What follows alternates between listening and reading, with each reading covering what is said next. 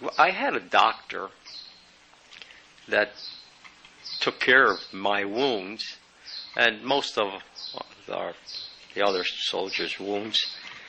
And, well, you know, Americans always like to give somebody a funny name, you know, a character name. So we call them Porky Pig.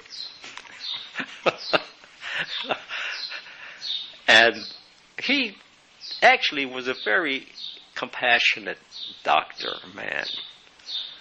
And he would walk into the room while we were all, you know, talking and all, we'd all clam up. Because we figured we don't want to give out any information or whatever.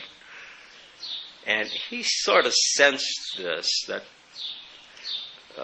somehow or another we didn't care for him or whatever. I don't know what he sensed. But then he said, he blurted out, he says, you know, he says, first I am a doctor and then a soldier. All right? So that made us feel a little better. We knew he was there to help us. That doctor operated on Frank's leg. He took me into the operating room and wanted to stitch my wound because it was just an open flesh wound. And so I was on a table, and he had a can of ether.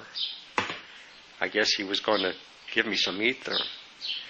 And an SS officer walked in and asked him, he saw the ether, he says, what are you doing?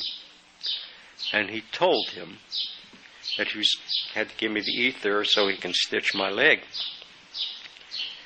And this SS officer says, "Nine, you don't waste it on the American pigs, you know." Well, their supplies were limited. They didn't have much. So the SS officer walked out of the room, and he looked at me with tears in his eyes.